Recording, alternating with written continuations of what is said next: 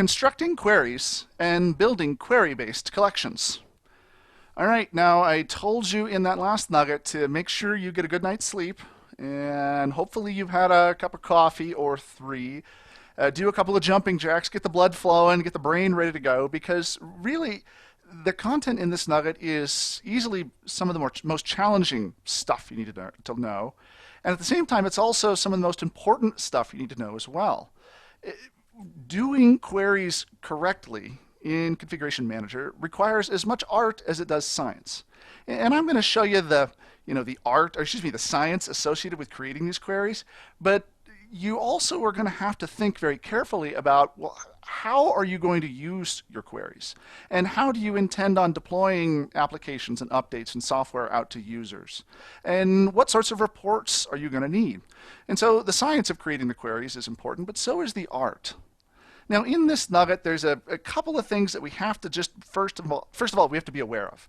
Now, right up front, right up at the very first, I told you in that last nugget, there is this process for creating static collections, using direct rules. And I also told you don't use them. So do me a favor, okay, raise your right hand, repeat after me. I, state your name, will always create query-based collections. Okay, you can put your hand down now. This is really important. In fact, it needs another couple of checks here because, as I said, the whole concept, the driving reason why Configuration Manager exists is that it can create collections of users and groups that are based off of dynamic variables as opposed to just specific names that you stick into a group. If you were going to just deploy this stuff to specific names, well, why not just use group policy? So really, the whole process of creating queries and building them is the art form that creates all the flexibility in how you deploy your software. Now, the way Config Manager actually builds these queries is even today still a bit challenging. Now, data, first and foremost, gets stored in the SQL database. So in that SQL database, and we'll actually take a look at that in this nugget, that's where the data gets stored. But instead of talking directly to that database, Configuration Manager instead talks to this intermediary that is between the Config Manager stuff and the SQL stuff on the other side.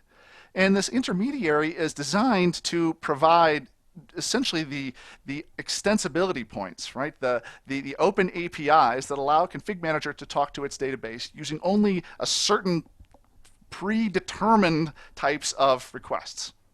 Okay, that's the SMS provider. We don't want to give direct access to the SMS database. The SMS provider then does all the talking to SQL. Now, this is both good and bad. By having this SMS provider that sits between Config Manager and its database, we now know that the Config Manager machine, the services, well, they are going to talk to the database through established processes, through known API calls. But the fallout of this is that a lot of the queries in Configuration Manager aren't actually created in SQL. If you're familiar with T-SQL, then you'll be using it, but mainly you'll be using instead this other language called WMyQuery language, or WHQL. So I'm going to show you how you actually create these queries. There is built into Config Manager a query builder that is, well, it's got its good parts and it's still got its bad parts. I will also here show you how you can, in addition to creating the query rules, how you can cheat in creating these queries. So right out of the gate, you might start creating some queries and not get the data that you're really interested in. Well, because of the way that the query builder is created in Config Manager, sometimes it's actually easier to build your queries in SQL Management Studio first, because it's just easier to work with. And once they're built there, well, then you just translate what you have into Config Manager. I'll show you how to do that. You can think of that as kind of the bonus here, because normally you wouldn't think to dig directly into SQL Management Studio, but in fact, it can be both safe and also really, really helpful. So I'll show you with those query rules also how to create query-based collections and all the collections you're going to do. And then also a very minor topic, but how to work with maintenance windows. Minor in relation to everything else, major in relation to how you'll use it. Maintenance windows essentially define a period that stuff can get deployed. So this is the process. This is what we're looking for here, is essentially how to construct queries and build those query-based collections. Back here in our configuration manager server, this is config mgr1, and same server we've been working with before, same console. I'm taking a look here at the queries node, and you can see that there are a number of queries that are available right out of the box. Okay, so some pretty basic queries. All systems, all mobile devices, systems by last logged on user. Now, if I take a look at some of these queries, I can actually view the properties of them to just see kind of how the queries actually get constructed. Looking at properties here, it brings up a properties screen. And in this properties screen, one of the first things that we're going to do is actually edit the query statement. Now, you won't ever edit the default queries. Okay, these are the ones, again, that come right out of the box. This second screen here defines the query builder that you'll use for defining what your constraints are for this query. You'll see I have the different attributes that this query will result with, and there's some decent attributes in here from the system resource. Over here are the criteria. So this second tab defines, again, where your constraints are going to be. In the second tab, you can see system resource.last logon username is equal to some prompted value. So when I run this query, it's going to say, all right, what's the name of the last logged on user, and it will tell me which systems where that user is the last logged on user because of this value. And I can adjust this. There's a little button here for adjusting some of this information. I can delete it. I can create if then, well, and or statements that allow me to use Boolean operators here. This is the not operator. This is the and the or operator. So all of these define, again, what the constraints are, and we'll work with these here in just a minute. When you do create these constraints, a lot of times you'll actually be joining multiple tables together. So right now you have no understanding or really no experience with the config manager database.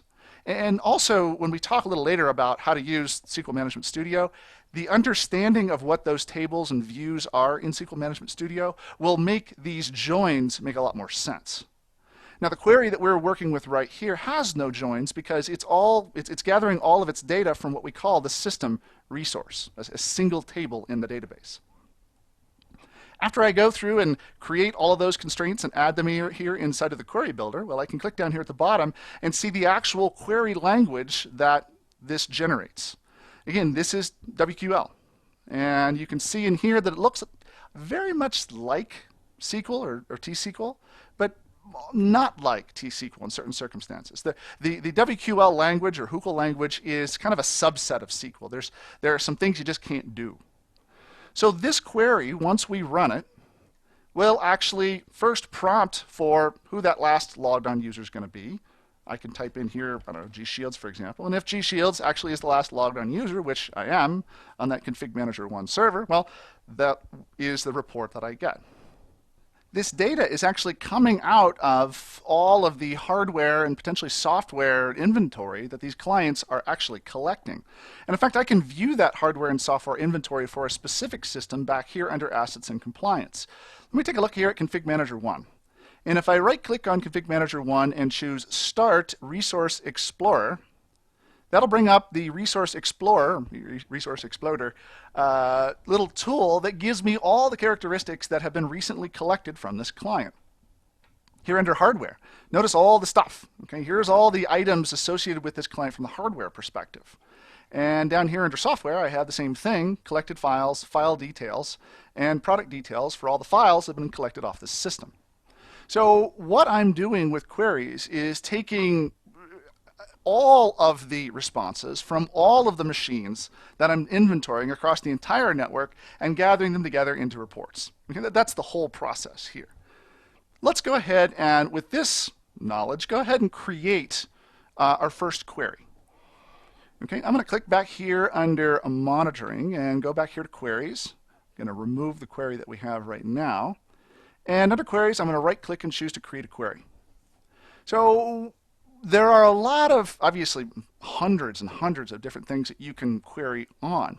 But in reality, when you're actually managing systems, the number of queries that you really create is sometimes relatively small. Right? You might create queries for how much RAM do machines have. You might create queries for what processor family and stepping that certain machines have. But a lot of times, the queries that you end up creating relate most to the types of software and applications that you may want to deploy to these systems. So for example, let's say I'm interested in querying on systems with Microsoft Word installed. Okay, I'm interested in these systems because I want to find out where Word's been installed. Maybe I can use this query to later update Word via some update, or maybe a software package for a new version of Word at some point in the future. So here's systems with Microsoft Word installed. If I want, I can limit this collection down to a particular collection if I want. Those collections can be any of the existing collections here, user groups, users and user groups. Those also down here under device collections, I can do desktop and server clients, mobile devices, things like that. So limiting that collection down allows me to, again, constrain the responses before I even run the query. What I need to do now here is create that query statement. If I click on Edit Query Statement, that's going to bring up the same tool that we used before, the Query Builder. And I'm actually going to skip over the General tab for now, and I'll show you why here in just a second. If I click first over on the Criteria tab and the little star icon, that allows me to add a constraint or a criterion to this query. I have a number of different criterion. I can do a simple value or a prompted value. I can do a list of values, for example. A common one that is used is a sub-selected query. So I can create a query and then copy and paste the contents of that query into this query to query on the query. If you kind of see where we're going here. I told you this is going to get challenging. I'm going to choose, just to keep things simple, a simple value. Now, when I query on data, I have, as you'll find, a ridiculous amount of stuff that I can query on. There's a whole bunch here. There's hundreds of different items in here. And as I mentioned, there's the science, and then there's the art. The science is knowing, well, okay, if I click on an attribute class, I'm going to query on that attribute class. The art is knowing, well, which of these attribute classes actually will have useful information for what I need to do my job. I'm going to actually query not on, for example, installed software, but instead on software file, which should be down here, software files. And I'm doing that because the software files attribute class contains the attribute file name. And if you think about it, Microsoft Word in all of its various iterations may have different actual installed software names, but the file name has been winword.exe for I think as long as any of us can remember. Creating this query based off of the file name means that I'm gathering all the potential winword.exe files that may be across all the different versions of Microsoft Word that exist. So software files file name here, and in this case I want to choose is equal to a certain value.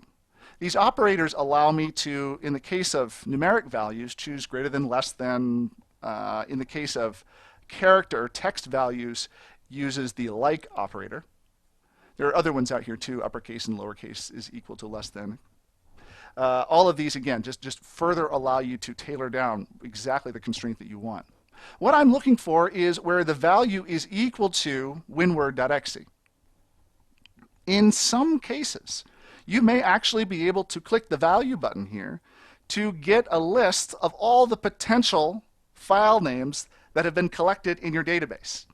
But you got to be careful with this value button because sometimes when you click it, the number of responses is so large that it can't even give you all the responses. In fact, you see here that the maximum configured count of 2,000 items has been hit because I'm actually collecting more than 2,000 different file names across the 4 different computers that are currently in this config manager hierarchy. Look at all these DLLs. Ooh, there's a bunch of them in here. And maybe if I scroll down here, I'll find an exe or two. Oop, there's a couple of exes up there. That's just a lot of stuff that I'm actually got in my database. Remember earlier when I talked about being very careful with the types of files that you are collecting because it can, as you can see here, populate that database relatively quickly. So I know, however, that after looking around, what I'm looking for is winword.exe. If I hit the OK button here, that creates the criteria. I've now set up the constraint for the query that I'm looking for. Over here on the General tab now, you'll notice that I have the option of selecting what items I want to actually report on when I run the query. So this, again, the second tab here defines, well, how do I constrain the query? And the first tab identifies, well, what do I want to see after I've actually run that query? So here I can choose the attributes that I'm looking for. Now, the attribute class system resource is a very important one because it's the resource that contains the computer name. And in fact, it's the only attribute class that contains computer name. You'll find yourself using it quite often. So if I choose system resource and name, and then I assort by ascending, click OK, that will actually include the system name in the results of this query. Let me actually go back here and add another constraint. Maybe back in system name, I also want, I don't know, last logon username, for example. Maybe in addition to that, I also want over here, not system resource, but instead back in the software files resource, because I'm collecting on it, I might want the file version. So for the WinWord instances that I'm actually querying on, well, what version are actually available on those systems? So I'll click OK here. Now I have, as you can see, 3 different pieces of data that it's going to get responded to whenever I run this query. And my joins now show me that I'm joining the system resource table with the software files table. Okay, don't worry if this is confusing. It will make a lot more sense here in just a minute. When I'm done, choose OK. I can choose Next down here, and finally Next again, and close to create that query. So I now have a query, Systems with Microsoft Word installed. And if I run that query, it will show me that Client 1 and Client 2 actually have software files, file version information in them. Okay, I haven't gathered yet any last logon information for Client 1 or Client 2. So this gives you an idea of how you'll actually go about creating those queries here in the Config Manager interface. Now what's interesting though is, well, wait a minute, I would have thought there would have been data here related to the last logged on user. Why is there no data here? I mentioned earlier that the query builder inside of Config Manager, it doesn't give you a lot of good instrumentation. It doesn't give you a lot of good feedback whenever you've created a query with maybe there's an improper constraint, or you've added in the wrong table, or maybe we haven't actually collected any of this information yet. And it's very difficult inside of Config Manager by itself to figure out if, well, maybe I fat-fingered the name of one of the constraints. Or maybe I've got something constructed in a way that just is inappropriate. Maybe I'm looking for WinWord at versions greater than 27, and there is no WinWord version 27. So the feedback here is sometimes just very challenging. Because of that, I find it very helpful to actually use a different tool to begin the process of creating these queries. And that tool is the SQL Management Studio. Now, as you can imagine, I just told you this whole concept that there's this SMS provider that sits between Config Manager and the database so that it can expose only the appropriate ways in which Config Manager talks to its database.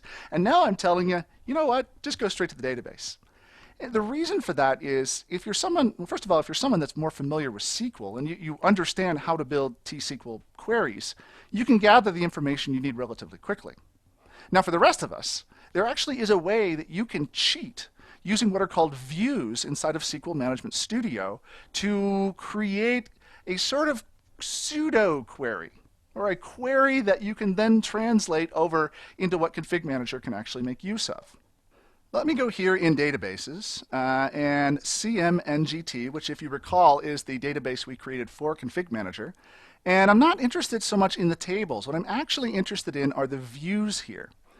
Now, if you're unfamiliar with SQL, SQL has tables, and that's where the data lives. And then views are a layer of abstraction over the tables that present the data in different ways.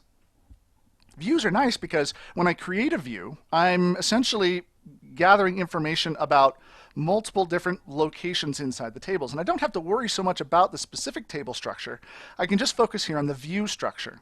And you'll see here, if I take a look at all the different views, there are a number of different views that correspond to all different stuff Config Manager is actually attempted to collect on. Oh, I've got, I don't know, what do I have down here? Collection information. Here's content. If I scroll down further, I've got, down in GS, I've got memory information. I've got client information. These GS locations correspond to some of the stuff you're gathering out of, for example, WMI from hardware inventory. So let's take a look at that software file location, which is right here. There's dbo.vgs software file. And you will, as you spend more time with these, just develop an understanding for what views correspond with what data you're actually attempting to get. I know that this software file view contains the information about all the different software files that have been collected by Configuration Manager. So let's see here. I've got some file IDs. Oops, there's a DLL. There's the name of the file. There's the description. There's the file version. Look at this. This is really useful data for me if I'm trying to further constrain that, that query down to what I need. Now the problem here is what I'm looking for is constrained data. I'm not looking for 1,000 rows. I'm looking for just a couple of rows that correspond to WinWord.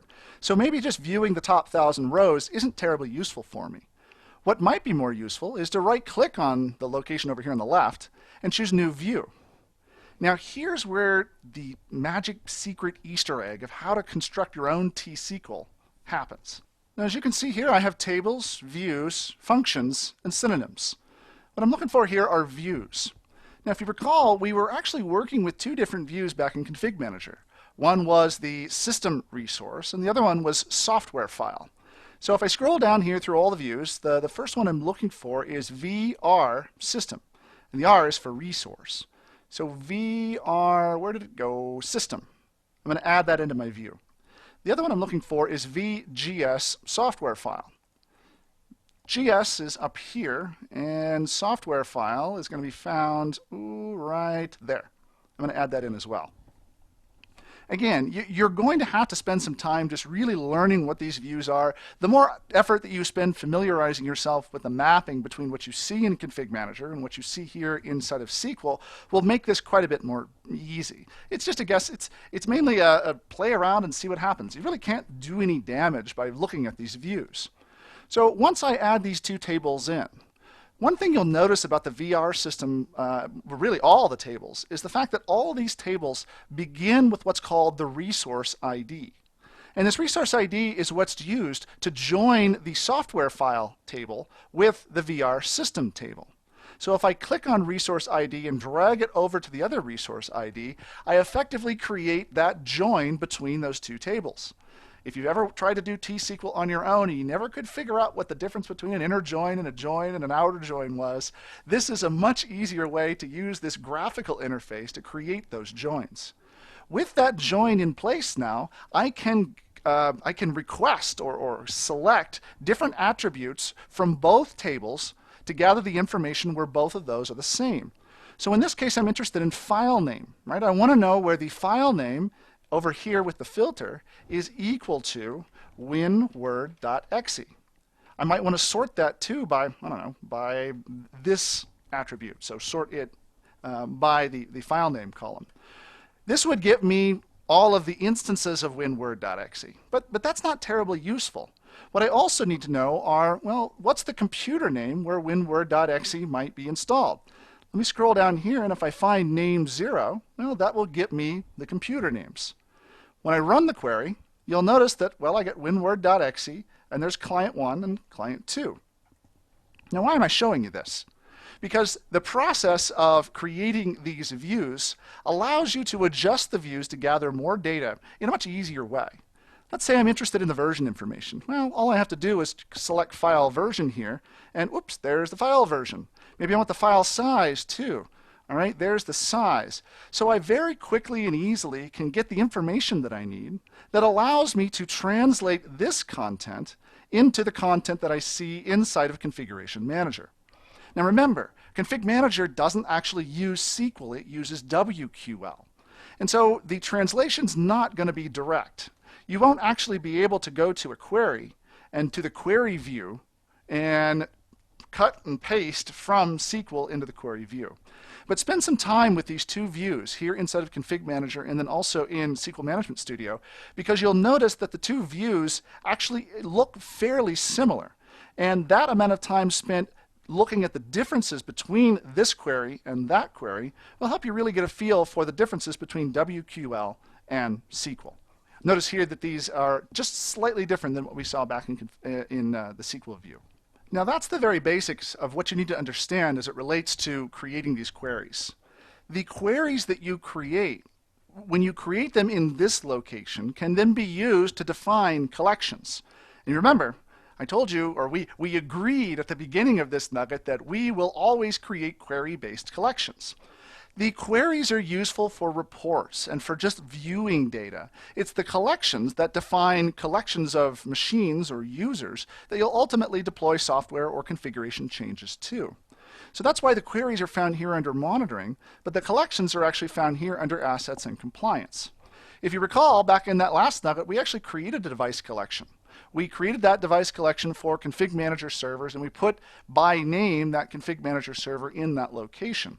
But let's instead create a collection not based off of the name of the machine, but instead some dynamic data that is based off of a query.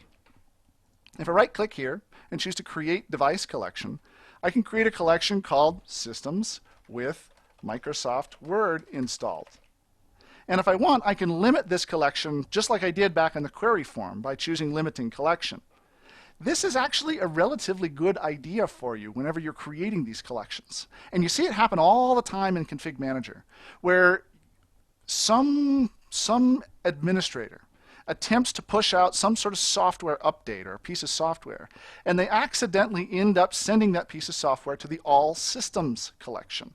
It's generally a good idea for you to create a sort of a high-level collection that controls things down or masks things down to just individual desktops or laptops, but avoiding your domain controllers and avoiding your servers. So pay careful attention to these limiting collections because, well, if you don't, you might one day actually push some software to the All Systems collection.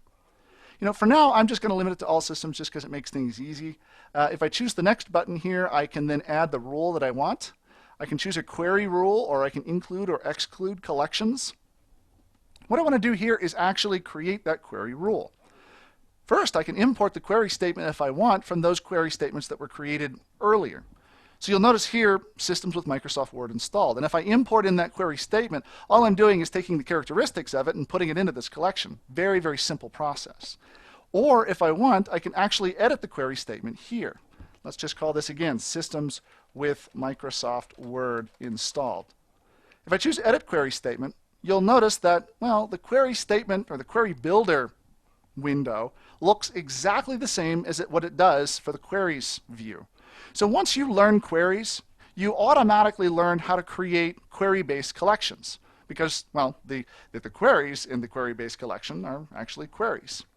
So this gives you the ability to create exactly those queries. And I'm not going to go through the whole process of creating that Microsoft Word query again, but spend again some real time here because you're going to have to understand how this works to be successful with deploying software in the later nuggets.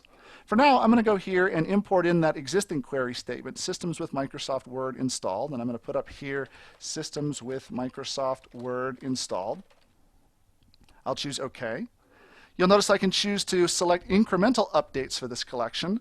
So if I want to periodically evaluate new resources and add those resources, I can do so. Or I can just simply schedule a full update on the collection to occur once every 7 days.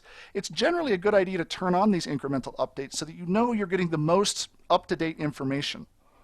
When I choose Next here, and Next again, and finally Close, well, that creates the collection Systems with Microsoft Word installed. It looks the same as the query, but when we actually get into deploying applications and deploying software, it's the collections that actually make the difference for where that software can end up getting deployed. Now you'll notice here in Config Manager 2012, a big difference really from previous versions of Configuration Manager. In the older versions, we focused pretty much exclusively on devices or computers. In Config Manager 2012, as you'll find out in a later nugget, we move that focus to include users in addition to devices. So if you think about this, my users may have multiple devices. They may log into multiple computers throughout their day. I may want to deploy Microsoft Office then to the computers that that user may be working with throughout their day. And so this user focus allows me to deploy applications out to my users, following them around, rather than focusing exclusively on the computers themselves. A user collection looks a little bit different than a device collection. So let's call this people who need Office. I can choose a limiting collection here. In fact, I have to under the All Users group. Choose Next.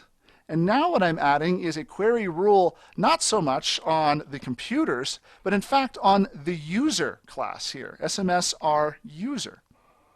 What I'm looking for here is from the user resource. The attribute I'm looking for is, let's look for security group name. So all the users that correspond to a particular security group, well, I want those users to get Microsoft Office. Over here in the criteria, I have to do the same thing. So for those users, well, I need to constrain them on the security group name, where that security group name is equal to something. Now, you can see here that I have company/domain users is the only group that's available. One of the reasons for that is because these groups need to actually be discovered by your Active Directory group discovery. I'll show you that here in just a minute. So let's just constrain this down to domain users because, I don't know, in my office, pretty much everyone needs Microsoft Office or Microsoft Word. Probably the same in yours. So where the user resource is equal, or the security group name is equal to domain users, that defines the collection. I've got the join in there, and there's my resource. If I choose OK and OK and select incremental updates, well, that ends up creating that user collection very similar to how we created that computer collection before. Now I want to show you one thing here and just refresh your memory about how we get these users and groups built into Configuration Manager. And we've already really talked about this back on that previous nugget where we were looking at discovery methods. Remember here, if you look at Active Directory group discovery, well, you're going to have to add those discovery scopes in to look for the groups that are in your Active Directory. I've got those marketing people and also people who should have WinZip here, but I don't have people who should have Office, for example. I can, from this location, add in a new group that I will discover and then ultimately pull into my Configuration Manager instance. There's one last thing that I want to show you here as it relates to collections, and really this has more to do with the deployment of software, but it's important to show you how the properties of these collections look once they get created. I want to show you specifically the maintenance windows associated with collections. So here in Device Collections, I've created one called Systems with Microsoft Word Installed. And you can see that I can do a number of different things with that collection. I can add items to it. I can install clients to it. I can manage affinity requests, which is something we'll talk about a little later. I can update its membership, which is something that in the old versions of Config Manager you had to do all the time. I can add resources if I want. I can even simulate or deploy software to this collection. I want to view properties of it right now. Now, looking at the properties of this collection, you can see that there are a number of different tabs associated with the collection, and many of these tabs we'll actually deal with in the later nuggets. The one that I want to focus you in on is maintenance windows. Now, as you can imagine, there are going to be a number of different times of the day that it probably makes more sense for deploying applications out to specific computers in an organization. Maintenance windows are in fact they're an artifact of the previous version of Config Manager 2012. And what maintenance windows allow you to do is define the time at which Configuration Manager is allowed to send software out to machines. You'll see here this defines a date, and a start and end time, and a duration, and then also a recurrence pattern here. Maintenance windows become important because as we get into deployments, you will end up defining a deployment time for when an application may be allowed to be installed. And the maintenance window then constrains that application's allowed install to a further amount of time. So you might say, you know what, after next Thursday, you can deploy it. The maintenance window says, in addition to that, only deploy it between the hours of 1 and 3 in the morning. So these maintenance windows come in handy a little bit later, and as we get on to some of the future nuggets, I'll talk a little bit also about how maintenance windows merge with some of the more user-defined settings to really identify the best period of time for installing an application. So what have we talked about in this nugget? We've talked about how to create queries and how to build query-based collections. And we've spent really some time understanding that, there's a lot of effort here and there's a lot of art. That art says, well, I can show you the science, but you're going to have to spend some time understanding the difference between all of the different potential tables and views that exist in that config manager database. This is a process that will take, just again, spending some time understanding what data gets collected. We talked about how the config manager server talks to an SMS provider and how that SMS provider ends up talking to SQL. And then we talked about sort of the differences between SQL and the HUCL that we use for actually creating those queries. And then down in the interaction portion, we constructed some query rules. We talked about how to cheat with those views in SQL Management Studio. We created some queries, and then we showed how we can actually, with those collections, define some maintenance windows. I hope this has been informative for you, and I'd like to thank you for viewing.